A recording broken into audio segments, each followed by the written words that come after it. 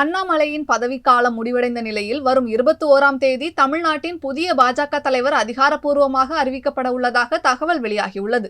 பாஜக விதிகளின்படி 3 ஆண்டுகளுக்கு ஒருமுறை பாஜக மாநில தலைவர் பதவி மாற்றப்படும். அதேபோன்று ஒருவர் 2 முறை பாஜக மாநில தலைவர் பதவியை வகித்துக் கொள்ளலாம். அந்த வகையில் தற்போதுள்ள அக்கட்சியின் மாநில தலைவர் அண்ணாமலையின் பதவிக்காலம் முடிவடைந்த நிலையில் அடுத்த தலைவர் யார் என்ற பேச்சு சூடுபிடித்துள்ளது. அதே சமயம் அண்ணாமலையை மீண்டும் தலைவராக பாஜக மேலிடை தலைமை முடிவு செய்துள்ளதாக கூறப்படுகிறது. இவர் தலைவராக இருந்த காலத்தில்தான் தமிழ்நாட்டில் பாஜகவின் வாக்கு சதவீதம் அதிகரிப்பதாகவும் கட்சி வளர்ச்சியடைந்துள்ளதாகவும் சொல்லப்படுவதால் மீண்டும் வாய்ப்பு கொடுக்கப்பட உள்ளதாக கூறப்படுகிறது. ஆனால் மற்றொரு புறம் பாஜக எம்எல்ஏக்களான வானதி சீனிவாசன், நயினார் நாகேந்திரன் மற்றும் பாஜக முன்னாள் தலைவர் தமிழிசை சவுந்தரராஜன் ஆகியோரும் இந்த ரேஸில் உள்ளதாக சொல்லப்படுகிறது. புதிய தலைவரை தேர்ந்தெடுக்க உள்ள ஆலோசனை கூட்டம் விரைவில் மத்திய அமைச்சர் கிஷன் ரெட்டி தலைமையில் சென்னையில் நடைபெற உள்ளதாக கூறப்படுகிறது. இதன் அடிப்படையிலே பாஜக டெல்லி மேலிடம் தமிழகத்தின் புதிய தலைவரை வருகின்ற 21ஆம் தேதி அறிவிக்க உள்ளதாக கூறப்படுகிறது. மீண்டும் அண்ணாமலையை தலைவராக நியமித்தால் தமிழக பாஜக சீனியர்கள் எதிர்ப்பு தெரிவிக்க உள்ளதாகவும் அக்கட்சி வட்டாரத்தில் கூறப்படுகிறது.